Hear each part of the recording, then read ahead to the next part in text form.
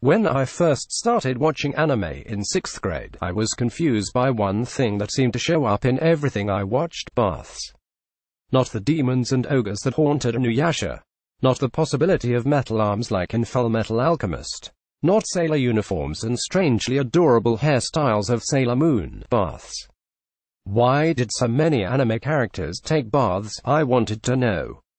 And why do they seem to take them at any time? For example, Kagome took baths in Inuyasha whenever they came across a natural hot spring.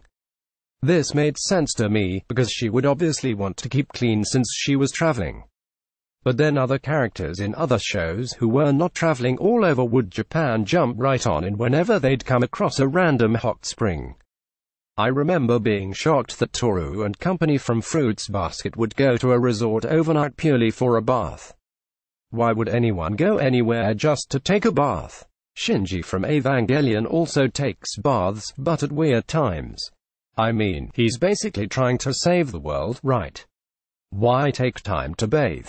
It seems like a quick shower would be more appropriate at such a desperate time. I didn't get it. I only took baths until I was around 7. I remember feeling proud to graduate up to showers, because they made me feel like a grown-up. Yet in so many different anime and manga, I found that these characters, much older than myself, took baths. As I grew older, I rediscovered the charm of a good bath. Good for the muscles, calming and relaxing. An ideal place to read a good book, unless you drop it in. And bubbles. Bubble baths are great, but I only felt they were good once in a while. And sometimes I would get too hot and kinda sweaty, which seemed to defeat the point of a bath in the first place.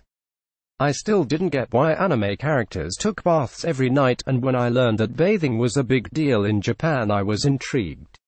What could possibly drive a nation to bathe almost every night? I was recently in Japan to enjoy the cherry blossom season, relax, and distress from my regular routine. I've traveled extensively, and I've been to Japan before to sightsee, but the goal of this trip was really to soak up some new experiences and relax. And since I was taking it easy, I decided to explore a more laid-back facet of Japanese culture and do like my anime role models. You guessed it, I took baths. A lot of baths. I found a local center, a public bathhouse next to my Airbnb, and went every other day.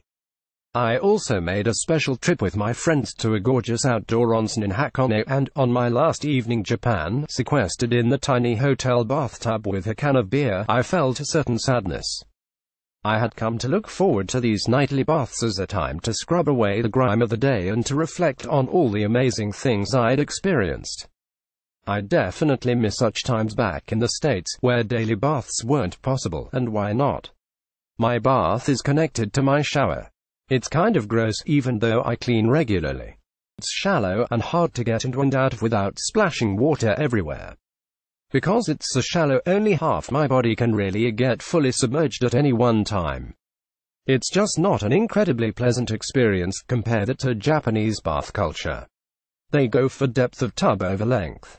Systems have been designed to automatically start a bath and control water temperature.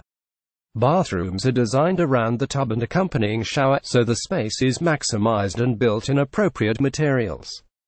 And the emphasis on bathing is really on the soaking, not the cleaning of the body.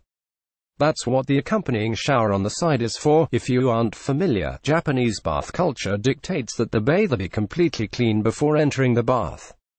You disrobe, wash your body entirely with soap, give yourself a good scrub down to remove any dirt, and rinse off fully so no soap or dirt residue remains.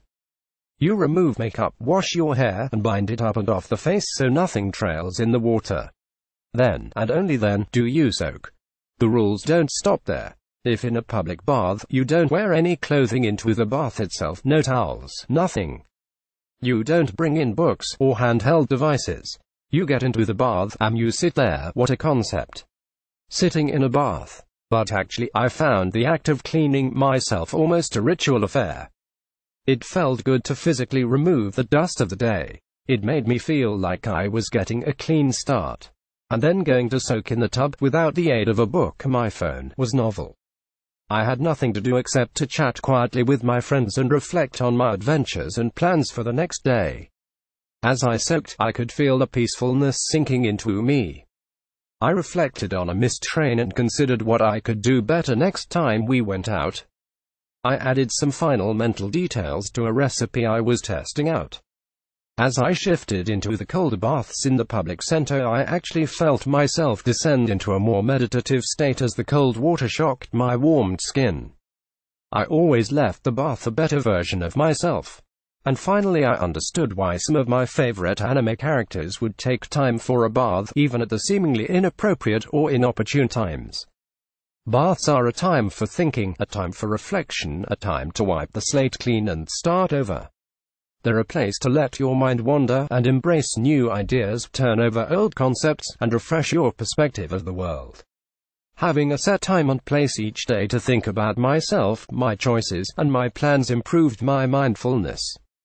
I remembered to reach out to friends and family to say hello after having time to reflect on them while I was soaking. I thanked my travel companions for being willing to come along with me. We laughed and ate dinner together after the baths and recounted our favorite parts of the day, and now I find that when I watch anime where characters take baths, I feel an echo of that relief, that peace. Not only are baths a good time to get into the minds of our favorite characters, but it's a time for characters themselves to consider the problems and figure out the next steps. If you want to refresh your perspective on bath culture, check out a few anime that feature bathing. See if you can kick back with the characters and relax a bit, even if you can't sink down into a warm bath yourself. You won't be disappointed. Emily Bushman is the author of the Cooking with Anime column on Crunchyroll. You can follow her on Twitter at YumPenguinSnack or on Tumblr at yumpenguinsnacks.tumblr.com. Be sure to check out her YouTube channel for anime cooking videos.